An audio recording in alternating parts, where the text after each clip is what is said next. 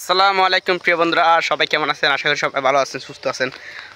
আমাদের রাস্তার দুই পাশে দেখেন কত সুন্দর সোনালি ধান। মাশাল্লাহ মাশাল্লাহ, এবছর কিন্তু খুব সুন্দর সুন্দর ধান হয়েছে। দেখেন সব জায়গায় কিন্তু বেশি বেশি ধান হয়েছে এবছর। দেখেন কিন্তু অনেক অনেক বেশি হয়েছে এবছর, প্রত্যেক বছর চেয়ে এবছর বেশি হয়েছে। কারণ আমাদের এখানে সব সময় এবছর মনে করেন 2 বছর কিন্তু মাঝখানে 2 বছর পানি কম ছিল।